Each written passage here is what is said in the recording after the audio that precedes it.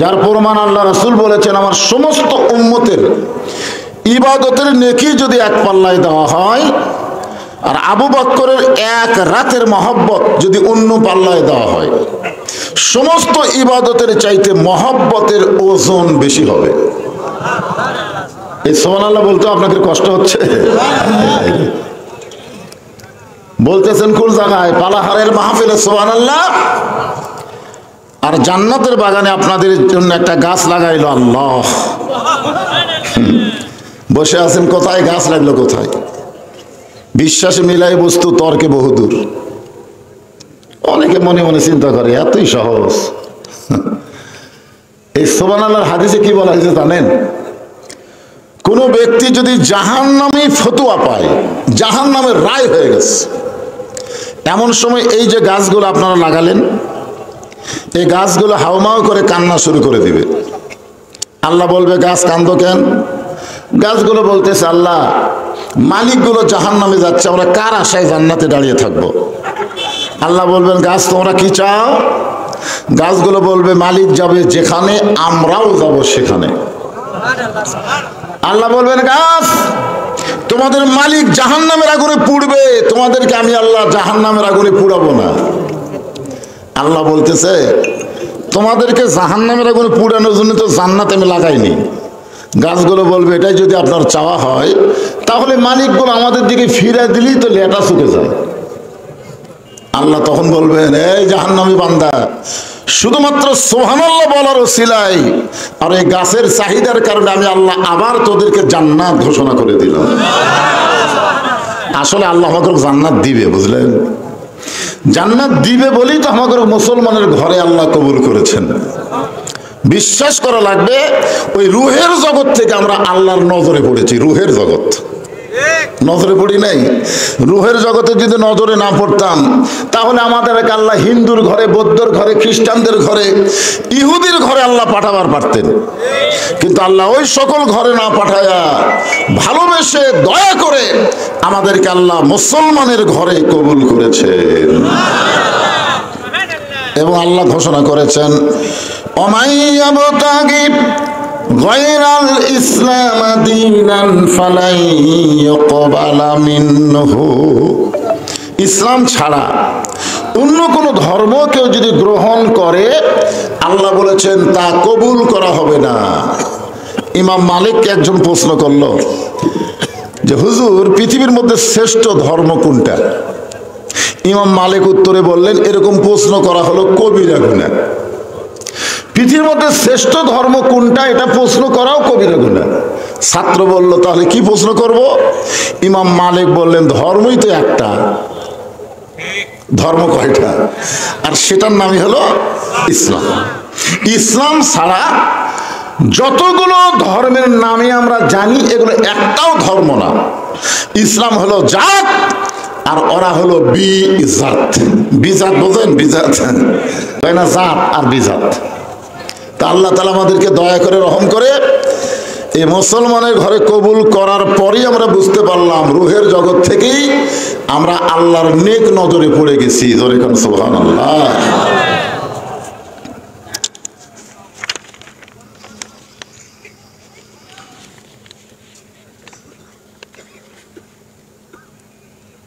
গ্রামের নাম কুটি দেখছে রে? পালাহাট, শাহজাহানপুর, বগুড়া, নূর রহমান মসজিদ কমপ্লেক্স প্রাঙ্গণে। আলহামদুলিল্লাহ। আল্লাহ, এই গ্রামের একজন কৃতি সন্তান ডাক্তার জাহিদুর রহমান একটা মসজিদকে, এখন উদ্বোধন হয়নি, মসজিদের মধ্যে কিছু সময় বসেছিলাম। সেই মসজিদ শুধু মসজিদ না, সেখানে আরো কমপ্লেক্স হবে। আজকের এই তাফসিরুল কোরআন মাহফিল আল্লাহ তাআলা যেনাকে সম্মানিত সভাপতির আসনে কবুল করেছেন, জনাব মাওলানা মোহাম্মদ আনোয়ারুজ্জামান, খতিব, রানীরহাট বাইতুল আমান জামে মসজিদ, বগুড়া। আজকের এই মাহফিলের সম্মানিত সভাপতিকে অন্তরের অন্তঃস্থল থেকে আমি শুভেচ্ছা জ্ঞাপন করছি। শুভেচ্ছা জ্ঞাপন করছি আজকের এই মাহফিলের আহ্বায়ক আলহাজ এম জাহিদুর রহমান জাহিদ, আজকের এই মাহফিলের সম্মানিত ওলামায়ে কেরাম, আপনাদের মাঝে মাঝে যে সমস্ত আলেম ওলামা বসে আছেন, মঞ্চে আছেন, যিনারা কিছু সময় আমার আগে আলোচনা করেছেন, আলেম ওলামা সহ আজকের মাহফিলের বক্তাগণকে অন্তরের অন্তঃস্থল থেকে আমি শুভেচ্ছা জ্ঞাপন করছি। এই মুহূর্তে আমার সামনে যারা বসে আছেন, মাগরিবের পরে মাহফিলে লোক হয়? অনেকে বলে হুজুর মাগরিবের পরে তো লোক হয় না, 10টার আগে লোক আসেই না। আপনাকে এলাকাতে একটা এরকম নিয়ম আছে না নাই? 10টার আগে লোক কোথায় পাবেন? আজকে কি মনে হচ্ছে? আর 5 থেকে 10 মিনিট পরে দেখবেন জায়গাই নেই, লোক হয় না, মানে এখানে জায়গাই হবে না। যে সমস্ত আল্লাহর বান্দাদেরকে কোরআন পাগল বানায়া আজকের এই জান্নাতের বাগানে আমার সামনে কবুল করলেন, আমি আমার অন্তরের অন্তঃস্থল থেকে আপনাদের সবাইকে শুভেচ্ছা জ্ঞাপন করছি। সম্মানিত মা বোনেরা, পর্দার অন্তরালে বসে বসে যারা আলোচনা শুনতেছেন, তাদেরকেও শ্রদ্ধা জ্ঞাপন করে হাসিনার পলানোর পরে এই মুহূর্তে জানতে চাচ্ছি আপনারা সকলে কেমন আছেন? বলতে গেলে হাসে, হ্যাঁ কি হাসে? হাসিনা কথা বলতে গেলে আরে আমরা ঠেলা পুরো দোয়া করছি, রব্বানা আতিনা ফিদ দুনিয়া হাসিনা। কি হাসানার জায়গায় হাসিনা মারছি, আজকে সে হাসিনা নাই। বাংলার মানুষ কষ্টে থাকলেও মানসিক ভাবে ভালো আছে। জোরে কোন কথা ঠিক কিনা? ভালো থাকা হলো দুই রকম, একটা ভালো থাকা হলো শারীরিক ভালো থাকা, শারীরিক, আর একটা হলো মানসিক। শরীরের দিক দিয়ে আমরা অনেকেই ভালো ছিলাম, কিন্তু মনের দিক দিয়ে আমরা খুব একটা ভালো ছিলাম না। কারণ এরকম কোরআনের মাহফিল আমার বক্তা ওয়াজ করতে আসলে সবসময় খালি সাইড মারতাম, সাইড, বুঝলেন না? পুলিশ ঘুরতেছে, র্যাব ঘুরতেছে, আজরাইল ঘুরতেছে, এটা আমাদের খেয়ালই ছিল না। খালি র্যাব, পুলিশ আর হাসিনা, আমরা কষ্টে বাঁচি না। এখন মাশাআল্লাহ এদিক থেকে আল্লাহ আমাদেরকে মুক্ত করেছে। এই জন্য খুশি হয়ে জবান খুলে সমস্বরে সকলে বলি আলহামদুলিল্লাহ। রব্বানা লাকাল হামদ হামদান কাসীরান তাইয়িবান মুবারাকান ফীহি। আমরা আল্লাহর প্রশংসা করলাম। বিশেষ করে আমরা ভাগ্যগুণে এমন একজন নবী পেয়েছি যিনি শুধু আমাদের নবী না। আমরা দরুদের মধ্যে কি বললাম? আল্লাহুম্মা সাল্লি আলা সাইয়্যিদিনা। এই সাইয়্যিদিনা মানে বোঝেন আপনারা? আমাদের নবী শুধু নবী ছিলেন না, আমাদের নবী আমাদের নেতা, তুইয়া মুয়া নেতা না। লাকাদ কানা লাকুম ফি রাসূলিল্লাহি উসওয়াতুন হাসানা। যদি তোমরা সফলতা অর্জন করতে চাও, দুনিয়ার সমস্ত পানিশা নেতাকে বাদ দিয়ে একমাত্র মুহাম্মদ সাল্লাল্লাহু আলাইহি সাল্লামকে তোমাদের আদর্শের নেতা হিসাবে গ্রহণ করে নাও। এ কথা কার? আমরা যদি সফলতা চাই, সব নেতা বাদ দিয়ে বিশ্বনবীকে আমাদের নেতার আসনে গ্রহণ করতে চাই। রাজি আছেন সবাই? তাহলে আমি যেই বলবো আমার নেতা, তোমার নেতা, সকলে বলবেন বিশ্ব নবী মুস্তাফা। যাই বলবেন না, আল্লাহর সামনে আসামি হবে হাসরে। নবী আপনাকে সুপারিশ করবি না। দেখি আপনি কত বড় বাপের বেটা, জান্নাতে যান। আল্লাহ যখন হাকিম হবেন, আমরা যখন আসামি হব, ওই সময় আমাদের নবী উকিল হয়ে, ব্যারিস্টার হয়ে আমাদেরকে সুপারিশ করে জান্নাতে পৌঁছায় দিবে। আছেন আমার মুক্তার, আছেন আমার ব্যারিস্টার, শেষ বিচার হাইকোর্টেতে তিনি আমায় করবেন পার। আমি পাপী রাসূল জাবিন্দার। আমার নেতা, তোমার নেতা খুব একটা সাইদের হলো না। অনেকে মনে করছে যে হুজুর মাগরিবের পরে একলা একলা চিল্লাচ্ছে, সামনে লোক নাই। আসলে কি লোক নাই? তা আমাদের নবীকে বিশ্ব নেতা জোরে বলতে কি আপনাদের আপত্তি আছে? আগামীতে আবার কিন্তু নিরপেক্ষ নির্বাচন হবে, কারণ আমরা ভাগ্যগণী ইউনুস পাচ্ছি। জোরে কোন কি পাচ্ছি? বিপদ আপদ মুসিবতে পড়লে কোন দোয়া পড়েন? দোয়া ইউনুস যেদিন থেকে ক্ষমতার চেয়ার পাচ্ছে সেদিন থেকে আমাদের কোনো বিপদ নাই, সব বিপদ হাসিনার। জোরে কোন কথা ঠিক কিনা? আর হাসিনার সাঙ্গ পাঙ্গ। এখন আর তিনটা লীগ নাই, আওয়ামী লীগও নাই, যুবলীগও নাই, ছাত্রলীগও নাই। এখন আছে আফসোস লীগ, গুজব লীগ, হতাশা লীগ। এলা সব লীগ যে কুটি পলাছে আল্লাহ ভালো জানে। মাঝে মাঝে দুই একটা গুজব পাওয়া যায়, আবার আসিতেছে। কে আসবি রে? দোয়া ইউনুস বসে আছে। তোর কোন কথা ঠিক কিনা? লা ইলাহা ইল্লা আনতা সুবহানাকা ইন্নী কুনতু মিনাজ জালিমিন। নবী ইউনুস নবীরে খাইলো মাছেতে গিলিয়া, ফেরেশতা পাঠাইলেন আল্লাহ ইসমে আজম দিয়া। দমে দমে সে হরদম পড়ে সে ইসমে আজম, মাছেরই উদর হইতে বাঁচাইলে প্রাণ। সবাই বলেন আল্লাহ আল্লাহ, বলেন আল্লাহ আল্লাহ। তুমি জাল্লে জালালুহু, শেষ করা তো যাই না গে তোমার গুণগান। আলহামদুলিল্লাহ। আমি একটা আয়াতের অংশ আপনাদের সামনে তেলাওয়াত করেছি। এখানে চারটা বিষয় আলোচনা হবে। 1 নম্বর হলো নামাজ, 2 নম্বর হলো কুরবানি, 3 নম্বর হলো বেঁচে থাকা, 4 নম্বর হলো মরা যাওয়া। লিল্লাহি রব্বিল আলামিন। সব কার জন্যে? আরো জোরে কোন? 1 নম্বর কিন্তু নামাজ। নবুয়তের 10ম বৎসরে আমাদের নবী নামাজ পাইছেন। নবী হওয়ার 10 বছর পর, যাকে বলা হয় নবুয়তের 10ম বৎসর, নবীকে আল্লাহ তাআলা 5 ওয়াক্ত নামাজ দিয়েছেন। কয় ওয়াক্ত? 5 ওয়াক্ত নামাজ দিয়ে কোনো সময় আল্লাহ বলেনি যে আপনারা নামাজ পড়েন। এ কথা কোরআনেও নেই, হাদিসেও নেই। নামাজ পড়ার কথা আমাদের বাংলাদেশেও আছে, কিন্তু কোরআনেও নেই, হাদিসেও নেই। আমার সাথে একমত না দেব? আপনারা নামাজ পড়ার কথা কোরআনে পাবেন? আমার এলাকার এক ভণ্ড একজন নামাজিকে বলছে, তুই যে এত নামাজ পড়িস, কোরআনে আসা? আরে পাগলা, কোরআনে তো নামাজ পড়ার কথা নাই, খালি নামাজ পড়িস। তো লোকটা কয় এত বছর নামাজ পড়তেছি, কোরআনে নাই? না, নাই তো। আমার কাছে বলতে, হুজুর আমরা যে নামাজ পড়ি এ কথা কি কোরআনে নাই? না ভাই, নাই তো। হায় হায় হায়, সবাই ঘুম পাড়ে, আমি কষ্ট করে ফজর নামাজ পড়ি। নবুয়তের 10ম বৎসরে আল্লাহ তাআলা নবীকে 5 ওয়াক্ত নামাজ দিলেন, দিয়ে বললেন আকিমুস সালাত, নামাজ কায়েম করেন। এই নামাজ পাওয়ারও 3 বছর পর্যন্ত নবী মক্কা ছিলেন। নামাজ পাওয়ারও কয় বছর? 3 বছর পর্যন্ত নবী মক্কা ছিলেন, কিন্তু নামাজ কায়েম করতে পারলেন না।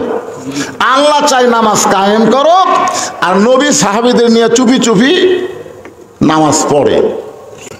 এক সময় নবী বললেন, আল্লাহ আপনি বললেন নামাজ কায়েম করার কথা, তা আমরা তো নামাজ কায়েম করার পারতেছি না। এই না পারার পিছনে কারণ কি? আল্লাহ বললেন কারণ হলো আপনি হলেন ইমাম, আবু জেহেল হলো নেতা।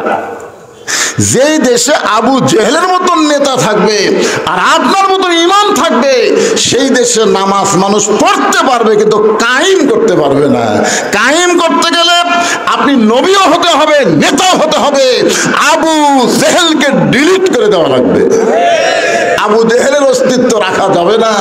আজকে আমাদের বাংলাদেশে যদি নামাজকে কায়েম করতে চাই, তাহলে নবীদের পথে যারা আছে, আল্লাহর পথে যারা আছে, তাদেরকেই নেতার আসন দেওয়া লাগবে।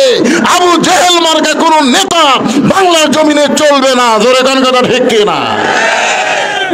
নামাজ তো পড়ার জন্য মসজিদ বানাচ্ছেন, ভালোই, কাম হবে না। হাদিস আছে বিস্তারিত, হুজুরি কলব ব্যতীত করছিন কালেও নামাজ তোর হবে না। তবে কেন গাও জোয়ারি, মানুষকে দেখাও নামাজ পড়ি, ও তোমার সিদ্ধ বীজে সুফসল ফলে না। আজও কেন আল্লাহর নামাজ কায়েম করলা না? আল্লাহ কয় নামাজের জোরে ফায়েশাকা যাবে দূরে, পাক কোরআনে রয়েছে ঘোষণা। এখন আকাম কুকাম নামাজ রোজা একসাথে বান্ধিয়া বোঝা, আকাম হকাম কুকাম নামাজ রোজা একসাথে বান্ধিয়া বোঝা জাহান্নামে দিয়াছ রওয়ানা, আজও কেন আল্লাহর নামাজ কায়েম করলা না? এই নৌকার মাঝি হিসাবে একটা দরবেশ বাবা ধরা পড়ছে। দরবেশ বাবা দেখছেন, আগে হিয়া দাঁড়িয়ে ছিল, শালা ৩৬,০০০ কোটি টাকা মারিছে, মারার পরে পলাবার যায় ধরা পড়ছে, দাড়ি নাই, দাড়ি কামাছে, মাথা কলপ দিছে। ওই কিন্তু ১ নম্বর নামাজি, কিন্তু কায়েমের মধ্যে নাই, পড়ার মধ্যে আছে। এখানে আল্লাহ তাআলা যে 4টা বিষয় আমাদেরকে আজকে শিক্ষা দিচ্ছেন, তার 1 নম্বর হলো নামাজ। 1 নম্বর কি? নামাজ। আল্লাহ বলেন, হাবিব আপনি যখন নবী এবং নেতা হবেন তখন আপনি নামাজ কায়েম করতে পারবেন, কিন্তু আপনি নবী থাকবেন, আবু জেহেল নেতা থাকবে, তাহলে নামাজ পড়া যাবে কিন্তু কায়েম হবে না। আমাদের বাংলাদেশ হওয়ার পর থেকে 54 বছর হলো। কয় বছর? কথা কয় না। এমনকি হাসিনা 560টা মডেল মসজিদ পর্যন্ত বানালো, ধরে কোন কথা ঠিক কিনা? কিন্তু যা তাই, 2-4 জন যারা নামাজ পড়ে, আপনাকে আতাল বাজারে যা দেখবেন এত বাকি খাওয়া খাসে, টাকা চালিয়ে গরম দেখায়, মরে গেছে নাকি রে। আর দেখবেন কতগুলো বেনামাজি, ওর বাকি নেই, নামাজেরই বাকি। এই জন্য অনেকে বলে, ভাই ওই নামাজ পড়াও যা, আমি না পড়াও তাই। কারণ কি? কারণ আল্লাহ বলতেছেন, ইন্না সালাতা তানহা আনিল ফাহশাই ওয়াল মুনকার, একমাত্র নামাজই পারে মানুষকে যাবতীয় খারাপি থেকে, ফাহিশা থেকে হেফাজত করতে। জোরে করে সুবহানাল্লাহ। আপনারা বলেন তো, আল্লাহর এই কথার দাম আছে না নাই? তো তাহলে আমাকে নামাজ নাই, যেগুলো করতেছে এগুলো কি? এখন হয়তো আপনি বলবেন, হুজুর যারা নামাজ পড়ে না তাদের বিরুদ্ধে না বলে আপনি যারা পড়ে তাদের বিরুদ্ধে আপনি বলতেছেন। আরে পাগলা, একটা ছাত্র পড়তেছে কিন্তু পড়ার পরে যদি ফেল করে, জনগণ কিন্তু যাই পড়ে না তার কোনোদিনও সমালোচনা করবি না, যাই পড়ে ফেল করছে এর সমালোচনা হবে। জনগণ ঠিক কিনা? কি বললি রে? সবসময় পড়লি কিন্তু ফেল করলি। মানে আমরা বর্তমানে যে নামাজ পড়তেছি এটা হলো ফেল করার নামাজ। জনগণ কি করার নামাজ? আমরা কি ফেলের মধ্যে থাকবো না পাস করব? পাস যদি করতে চাই তাহলে আল্লাযীনা ইম্মাক্কান্নাহুম ফিল আরদ, মুসলমানের মধ্যে কাউকে যখন ক্ষমতা দেওয়া হবে, ক্ষমতার চেয়ার পাওয়ার পরে তার 1 নম্বর দায়িত্ব হলো আকামুস সালাত, নামাজ কায়েম করা। দাদা যদি জীবিত থাকে দাদাও নামাজ পড়বে, ছেলেও নামাজ পড়বে এবং নাতিও নামাজ পড়বে। এক কাতারবদ্ধ হয়ে নামাজ আদায় করবে, তখন নামাজ কায়েম হয়ে যাবে। 6 বছর থেকে নামাজের তালিম দেওয়া লাগবে, আর 10 বছর থেকে জোর করে মসজিদে নিয়ে যাওয়া লাগবে। ধরে এখন ঠিক কিনা? আপনি বলেন, এখন আপনি একজন বাবা হয়ে আপনার ছেলে 22 বছর বয়স, ওই যে ফজরের সময় কম্বল আলগা করে দেখবেন, কম্বলের তলে ওর সাইজ আর সকালবেলা সাইড ঠিবে কুত্তার সাইজ, একই সাইজ।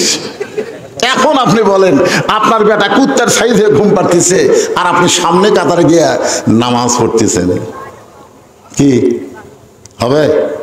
কথা কোন হবে? তাহলে আপনি বাবা হয়েও পারতেছেন না। এইটা পারবে ইসলামী সরকার যখন কোরআন মোতাবেক বাংলাদেশ চলবে। ধরে কোন কথা ঠিক কিনা? নামাজ পড়বো না, তোর বাপ পড়বি, তোর বাপও পড়বি নামাজ। এটা বর্তমানের বাংলাদেশ দিয়ে হবে না, এটাকে সাইজ করা লাগবে, দেশকে সাইজ করা লাগবে, মানুষের তৈরি আইনকে কবর দেওয়া লাগবে, ডক্টর কামালের সংবিধানকে লাঠি দিয়ে দরিয়ার মধ্যে ফেলে দেওয়া লাগবে, আর আল্লাহর কোরআনকে সংসদে নিয়ে যাওয়া লাগবে। ধরে কোন কথা ঠিক কি না? আল কোরআনের আলো ঘরে ঘরে জ্বালো, এই স্লোগান বাদ দেওয়া লাগবে। যে কি আপনারা কি করেন? এখন গলা খাকারে দেন। আল কোরআনের আলো সংসদে জালো। আলহামদুলিল্লাহ। আপনারা মনে করতেন হুজুর এতই সোজা, বেশি দিন নাই। আজকে মিশরের খবর জানেন? মিশর এই খুব 1 সপ্তাহের মধ্যে দেখবেন মিশরও সাইজ হয়ে যাবে।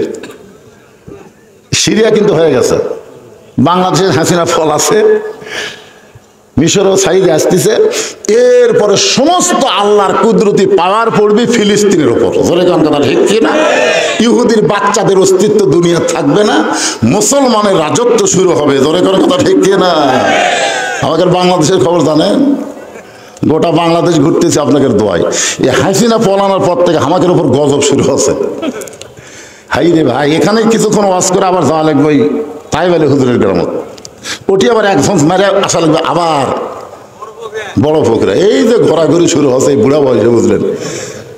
দাওয়াত না নিলে তাই গাড়ি ভাঙবো হুজুর। 15 বছর ওয়াজ করে পারিনি, এই বছর নিয়ত করছি আপনি দাওয়াত নেবেন না। মানে 15 বছর হাসিনা থাকাতে পারিনি তো।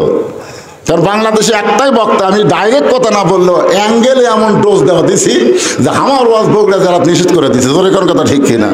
এখন অ্যাঙ্গেলের দিন শেষ, ডাইরেক্টের বাংলাদেশ। জোরে কোন কথা ঠিক কিনা?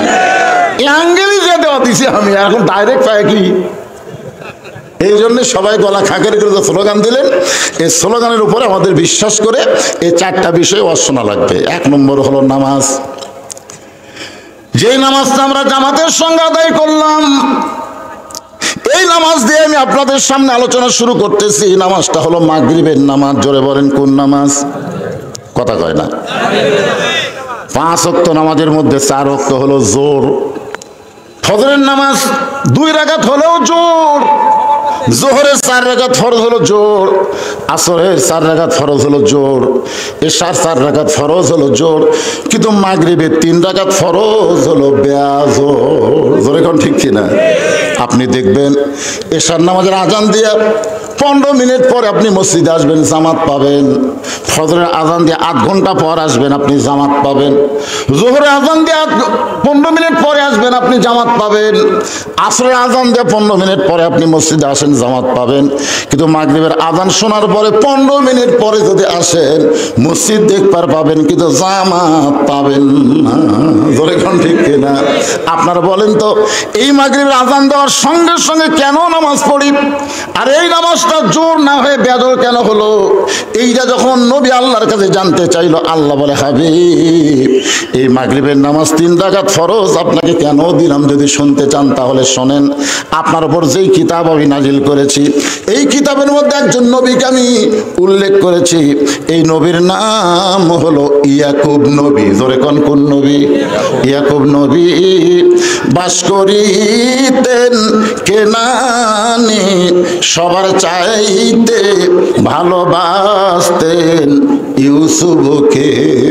ইয়াকুব নবী 2টা বিয়ে করছেন। জোরে কোন কয় বিয়া? এক বইয়ের পেট থেকে 10টা সন্তান হচ্ছে, আরেক বইয়ের পেট থেকে 2টা হচ্ছে।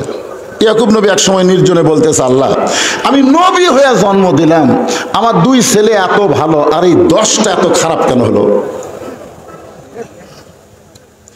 নবী নবী আল্লাহ বলতেছে, ইয়াকুব, তোর বউ কয়টা?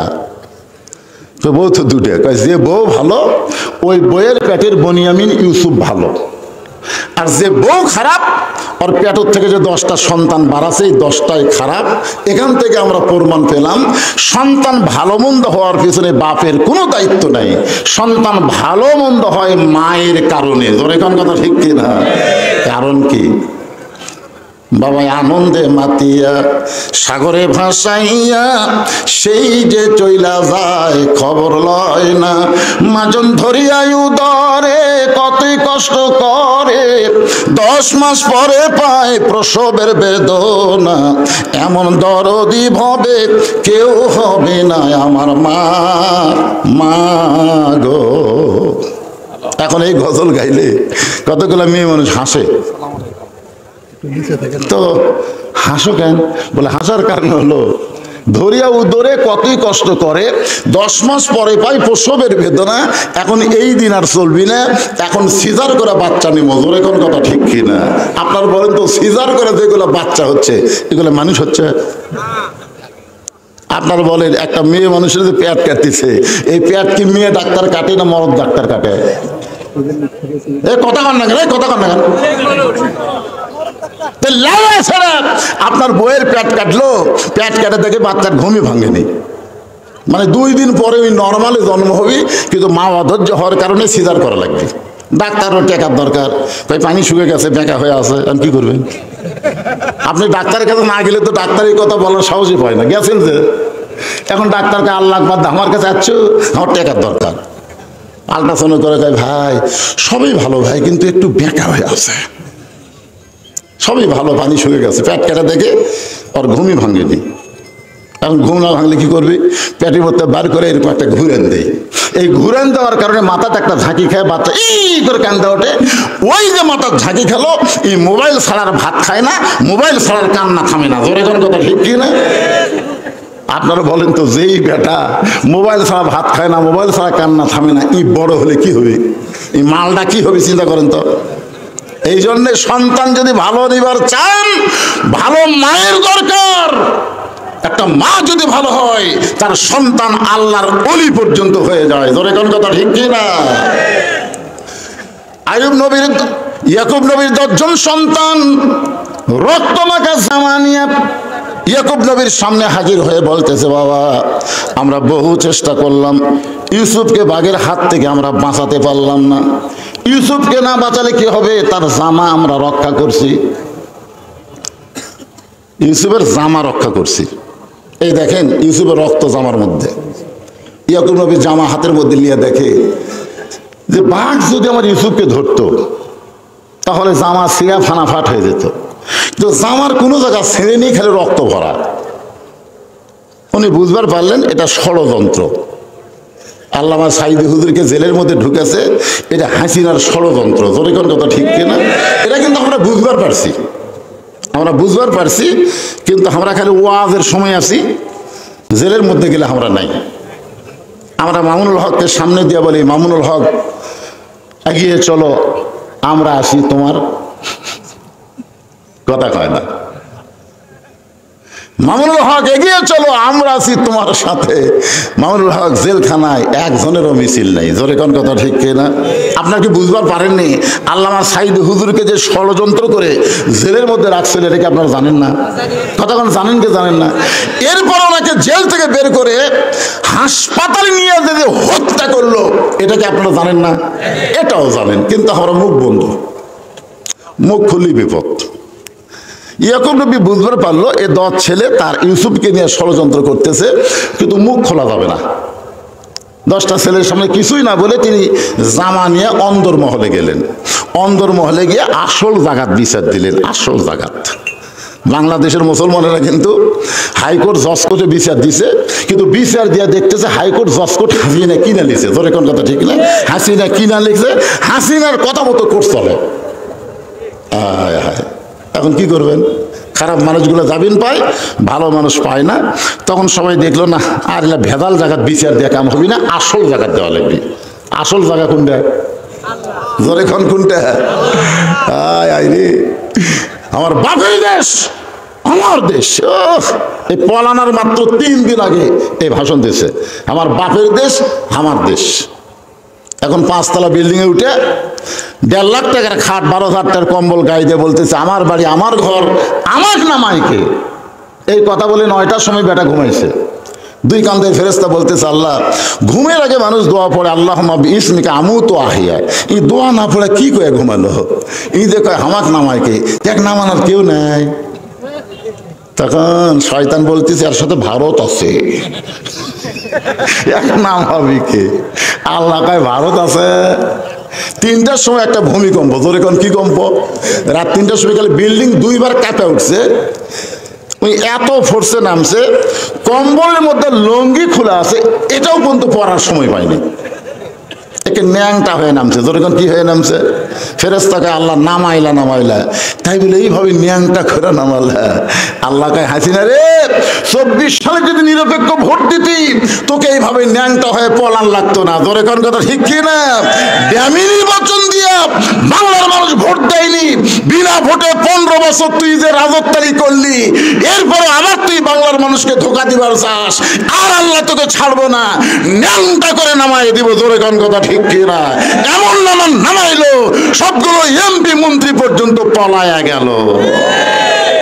আমরা এত দূর কল্পনা করিনি। আমরা মনে করছি নামবি, কিন্তু এইরকম ন্যাংটা হয়ে একটা লুঙ্গি টুঙ্গি সব থেকে ন্যাংটা হয়ে নামতে পারে। হ্যাঁ।